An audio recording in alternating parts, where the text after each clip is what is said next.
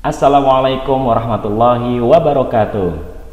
Halo adik-adik, kita kembali lagi di video pembahasan tes formatif ya. Nah, kali ini kita akan membahas tes formatif ke-11, babnya tentang fungsi trigonometri. Yuk kita simak pembahasannya. Di soal nomor 1 ini diketahui grafik dari fungsi trigonometri ya ini. Kemudian pertanyaannya adalah persamaan fungsi trigonometri grafik di atas adalah yang mana nih? Nah, kita disuruh milih A, B, C, D atau yang E. Nah, sebelum kita bahas, kita lihat dulu teorinya.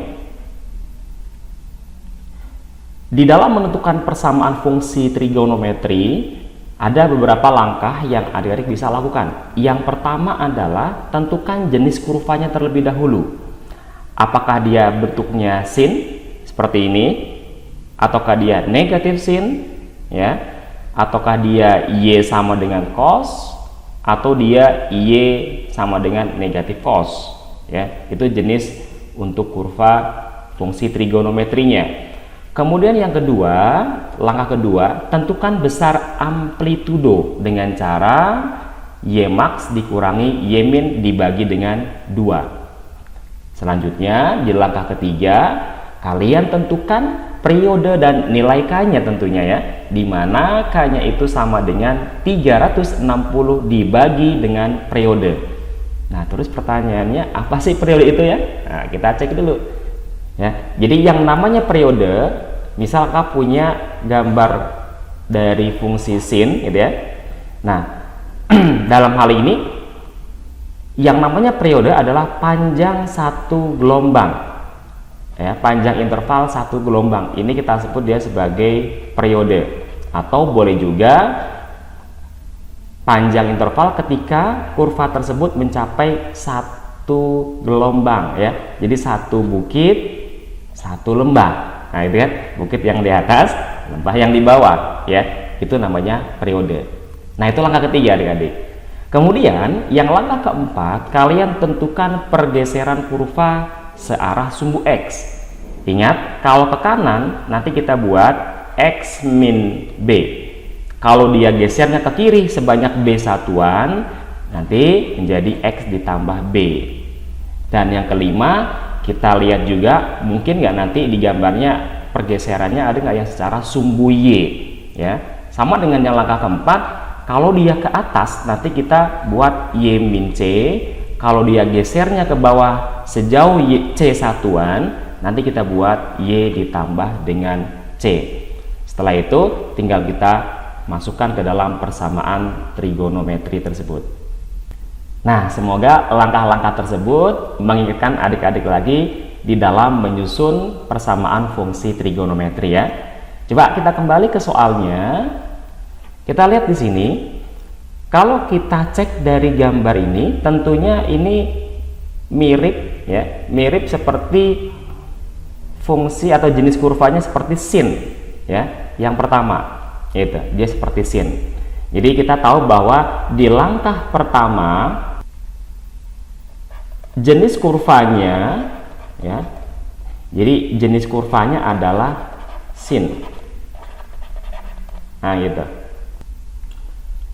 Kemudian langkah kedua, tentukan besar amplitudonya, yaitu A-nya ya, dimana A itu sama dengan Y max dikurang dengan Y min dibagi dengan 2. Dalam hal ini 2 sebagai Y max, kemudian negatif 2 sebagai Y min ya, nilai maksimum, nilai minimumnya, sehingga kita bisa mendapatkan besar amplitudonya, yaitu 2 dikurangi dengan negatif 2 dibagi dengan 2. Nah, ingat di bagian ini ya, tentukan besar amplitudonya, kita gunakan rumusan tersebut.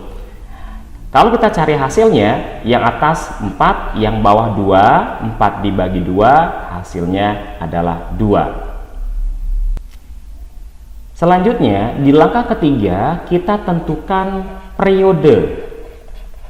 Nah, periode dan nilai K ya, kita tentukan periode dan nilai K-nya. Bagaimana caranya? Oke, kita cek. Nah, kita bisa ambil ya di sini ya. Kita bisa ambil di sini ada setengah bukit ya, karena kan ini setengah doang. Kemudian ini ada setengah lembah. Dengan kata lain, kalau kita tarik atau kita cari panjang intervalnya dari sini ke sini ya, adalah berapa nih? Coba kita cek. Pi per 3 itu kan setara dengan 60 derajat. Kemudian kalau 4 pi per 3, pi per 3 nya kan 60 derajat dikalikan 4 berarti menjadi atau setara dengan 240 derajat. Artinya setengah periode. Nah, ya, jadi setengah periode dia ternyata 60 sampai 240. Ya tentunya panjang intervalnya adalah 180 derajat. Gitu ya. Berarti kalau satu periode berapa? Nah, berapa kalau satu periode? Setengah periode 180 derajat, berarti kalau satu periode berarti 360 derajat. Sehingga kita bisa mendapatkan nilai K-nya, di mana K itu akan sama dengan 360 derajat dibagi dengan periodenya. Nah, berapa tadi periodenya? Oh, tinggal masukin aja. 360 derajat dibagi dengan 360 derajat. Oh, ternyata hasilnya 1. Langkah keempat, nah di sini langkah keempat, tentukan pergeseran kurva searah sumbu X. Ya, jadi kita tulis di sini pergeseran kurva. Pergeseran kurva searah sumbu X. Ya. Nah, kita cek dulu di sini ya, di gambarnya. Adik-adik juga perlu mengingat untuk kurva dasar dari fungsi Y sama dengan sin X, tentunya kalau kita biasanya menggambarkan dari tengah sini ya, dari pusat koordinat kita gambarkan, nah dia seperti itu. Kita gambarkan di sini dari 0 ya, ini sumbu X dan ini dia sumbu Y-nya. Nah, sedangkan di sini kalau kita perhatikan harusnya tadi kita menggambarkan bentuk sin-nya itu kan harusnya dari sini, ini ke bawah, gitu, ke bawah, kemudian ke atas lagi. Nah, awalnya ya, puncaknya ada di sini nih, ya, ada di sini. Ini 0, kemudian 180 derajat, di sini 360 derajat. Nah, ini kalau kita bagi dua lagi, tengah-tengahnya dia 90 derajat. Nah, berarti ini harusnya adalah 90 derajat untuk yang bentuk merah itu ya. Nah, dari 90 derajat menjadi kurva yang berwarna hitam ya. Dari merah menjadi kurva berwarna hitam. Artinya, kita bisa menggeser atau kita bisa mendapatkan kurva hitam itu dengan cara menggeser ke arah kiri. Ya. Jadi kita geser ke kiri. Nah, kemudian berapa pergeserannya? Kalau awalnya 90 menjadi 60, tentunya kita geser ke kiri sejauh 30 derajat. Ya, ingat kalau dia ke kiri, kita gunakan apa? Nah, yang ini X ditambah dengan B. Sehingga dalam hal ini kita bisa mendapatkan bentuknya menjadi X ditambah dengan 30 derajat. Oke ya, itu di langkah yang keempat.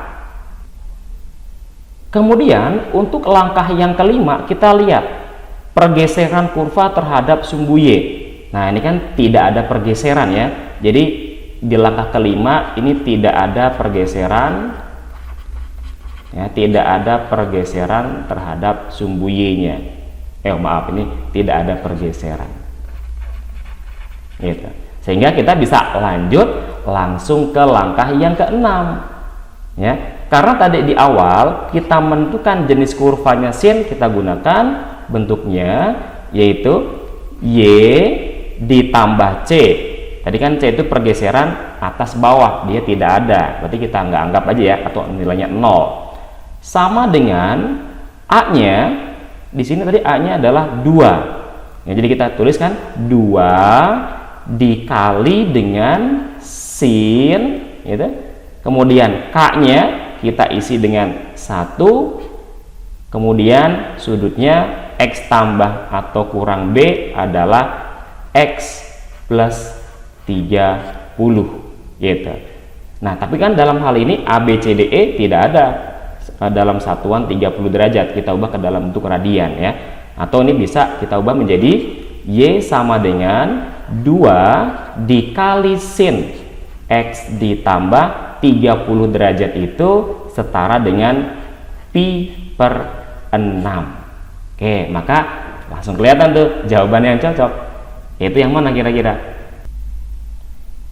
Oh, ternyata jawabannya yang C, gitu ya, untuk yang soal nomor 1. Nah, berikutnya kita lihat untuk yang soal nomor 2. Oh, berarti sama dengan yang nomor 1 ya. Kita bisa menentukan langkah-langkahnya. Yang pertama kita cek dulu jenis kurvanya. Nah, jenis kurvanya apa nih ya? Ini kalau kita mulai dari sini dia bisa jadi sin. Tapi kalau kita mulai dari sini ke sini ya, dia bisa jadi cos. Nah, coba kakak ambil yang cos ya. Kakak ambil jenis kurvanya cosinus. Gitu. Itu yang langkah pertama. Kemudian di langkah kedua kita tentukan besar amplitudonya ya. Jadi amplitudo bisa dicari ya dengan cara Y max dikurangi dengan Y min, kemudian kita bagi dengan 2. Nah, yang mana Y max-nya? Coba kita cek. Dalam hal ini Y max-nya adalah 3 ya. Ini Y max. Kemudian Y min-nya adalah negatif 3. Kalau kita masukin ke dalam rumusannya akan kita dapatkan nilai A sama dengan 3 dikurangi dengan negatif 3 dibagi 2. 3 dikurang negatif 3 hasilnya 6 dibagi dengan 2. Oh, ternyata dapat 3. Itu amplitudonya ya. Langkah ketiga kita tentukan periode. Cari periodenya ya, periode dan nilai K-nya nanti. Oke, dalam hal ini kita bisa mendapatkan periodenya. Kakak bisa ambil pengamatan yang ini ya. Nah, ini kan dari puncak. Ini kita sebut dia sebagai setengah bukit gitu. Kemudian ini setengah lembah ya. Ingat, kalau setengah bukit setengah lembah kan baru setengah periode ya. Ini baru setengah periode. Kita lihat panjang intervalnya berapa nih ya. Dari 30 derajat sampai 120 derajat. Ya gampang aja, tinggal 120 dikurangi 30. Berarti setengah periode 90 derajat. Berarti kalau satu periode berapa ya? Jadi kalau satu periode tentunya tinggal kita kalikan 2, yaitu besarnya adalah 180 derajat. Jadi kita mendapatkan periodenya adalah 180 derajat. Kalau periodenya kita sudah dapat, kita bisa mendapatkan nilai K dong ya. Nah, tadi ingat Kak, gimana caranya? 360 derajat dibagi dengan periodenya. Masukin deh nilai periodenya. 360 derajat dibagi dengan 180 derajat, hasilnya adalah 2. Oke, sampai sini kita mendapatkan nilai K-nya. Langkah keempat kita lihat pergeseran ya, pergeseran terhadap sumbu X. Nah, pergeseran terhadap sumbu X-nya nih. Tadi di awal kita sudah menentukan jenis kurvanya adalah cosinus. Nah, kalau cosinus kita tahu grafik dasarnya dari atas ini, dari puncaknya ke bawah kemudian kembali ke atas ya. Ini kalau kita gambarkan grafik dasar yang seringkali kita ketahui ya, seperti ini bentuknya. Nah, berarti harusnya bentuk ini ya, bentuk ini kan harusnya dia puncaknya ada di sini. Dengan kata lain ya, kalau kakak gambarkan ulang ini, sini kurva dasarnya, nah, kemudian dia ke sini ya, dan nanti nyampe di sini. Nah, tentunya dari yang merah menjadi kurva yang hitam ini tentunya dia digeser ke arah kanan sejauh 30 derajat ya. Kita tuliskan sini, digeser ke kanan 30 derajat.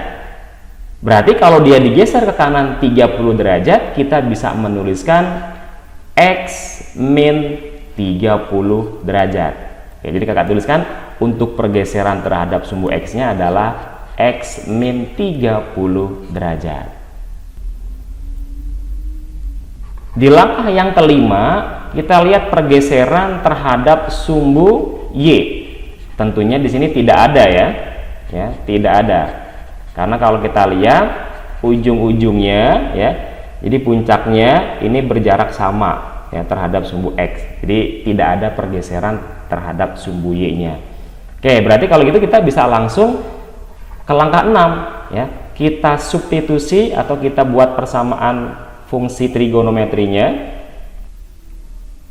Untuk yang cos bentuk umumnya adalah Y min C sama dengan A dikali dengan cos K X min B, gitu ya.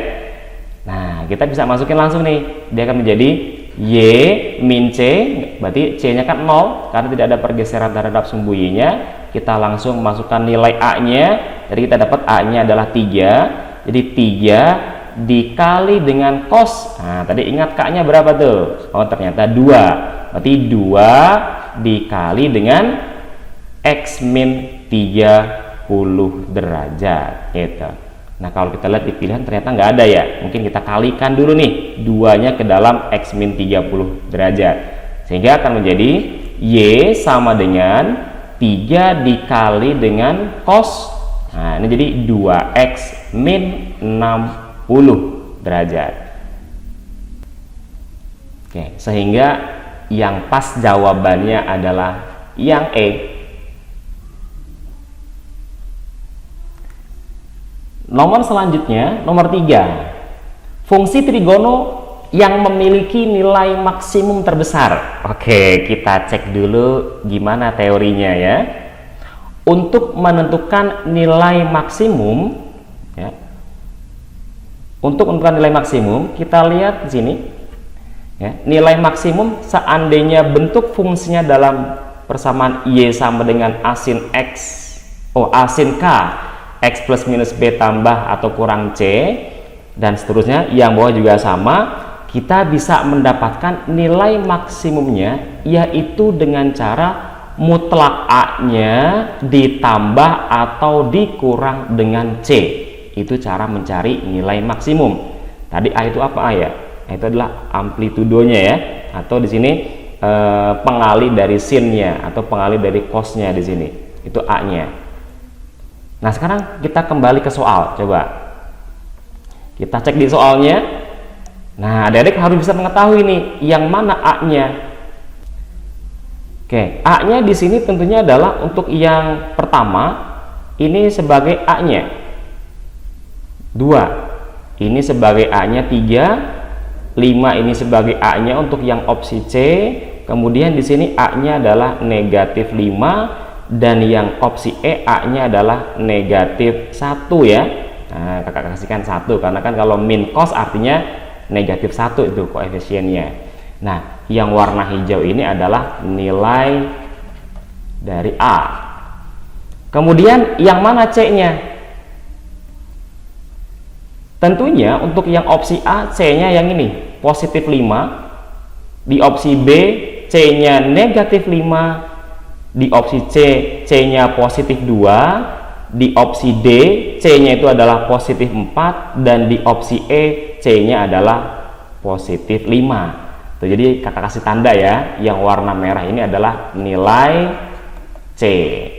Tadi untuk mendapatkan nilai maksimum kalian bisa mendapatkan atau menggunakan cara ya, di dalam mencari nilai maks mutlak A ditambah atau dikurang dengan nilai C-nya. Kita cek coba satu persatu.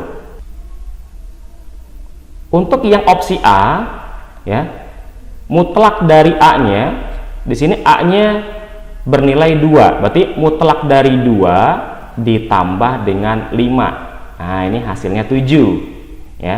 Kemudian untuk yang opsi B A-nya 3, berarti mutlak dari 3 ya hasilnya 3 ditambah dengan ini C-nya negatif 5. 3 ditambah negatif 5 kita dapatkan negatif 2. Dan untuk yang opsi C gitu ya, itu A-nya adalah 5 nih ya, jadi kita cari mutlak 5 ditambah dengan C-nya 2, berarti hasilnya 7. Oh, sama dengan yang A tuh ya. Kemudian untuk yang opsi D, di situ A-nya adalah negatif 5, kita cari nilai mutlak dari negatif 5 ditambahkan C-nya 4. Mutlak negatif 5 hasilnya 5 ditambahkan 4 dapat 9. Kemudian yang opsi E tentunya di situ A-nya ya, yang warna hijau adalah negatif 1, jadi mutlak negatif 1 ditambah dengan C-nya 5. Negatif 1 di mutlak hasilnya 1 ditambah dengan 5 dapat 6. Oke, kita lihat pertanyaannya adalah fungsi trigono yang memiliki nilai maksimum terbesar. Oke, tentunya sudah ketahuan nih ya, dia adalah yang 9, ada di persamaan opsi D. Itu untuk yang nomor 3. Selanjutnya di soal yang nomor 4, kalian diminta untuk mencari periode grafik fungsi berikut ya. Ingat tadi cara mencari periode gimana ya, atau apa hubungan periode dengan nilai K. Hubungan periode dan nilai K adalah K itu tadi kita bisa mendapatkan dengan cara 360 derajat dibagi dengan periodenya ya. Artinya, nah, kalau kalian pengen mencari periodenya, tinggal tukar posisi aja kan ya, tukar posisi K-nya dengan periode. Jadi periodenya akan sama dengan 360 derajat dibagi dengan K. Nah, berikutnya tadi yang mana K-nya itu? Jangan lupa nih adik-adik ya. Oke, kita cek persamaan umumnya. Ini kan sin ya. Kalau dalam bentuk sin, kita bisa menuliskan dia dalam bentuk Y sama dengan A dikali dengan sin K dikali dengan X ditambah atau dikurang ya, ditambah atau dikurang B tergantung pergeserannya. Kemudian di sini ditambah atau dikurang dengan C gitu deh ya. Nah, dalam hal ini kita bisa menyebut ya K itu sebagai, bolehlah dibilang sebagai koefisien ya, koefisien dari X ya. Jadi koefisien dari X itu. Nah, di sini siapa dong K-nya? Ya, kita boleh langsung menentukan bahwa K-nya adalah 4 itu. Jadi K-nya 4. Atau bisa juga kita keluarkan dulu ya. Kita yang awalnya punya 4x min 45 derajat, kita bisa keluarkan 4-nya dulu menjadi X min 45 derajat per 4. Nah, ini adalah nilai K-nya. Kalau begitu langsung aja ganti nih K-nya dengan 4. Nah, 360 dibagi 4 langsung pada jago dong ya. Hasilnya adalah berapa tuh? 360 bagi 4 ya, tentunya adalah 90 derajat. Berarti jawabannya yang B. Oke, itu adik-adik untuk pembahasan tes formatif kali ini Kita akhiri dulu dengan baca hamdalah. Alhamdulillahirabbil alamin. Sekian, assalamualaikum warahmatullahi wabarakatuh.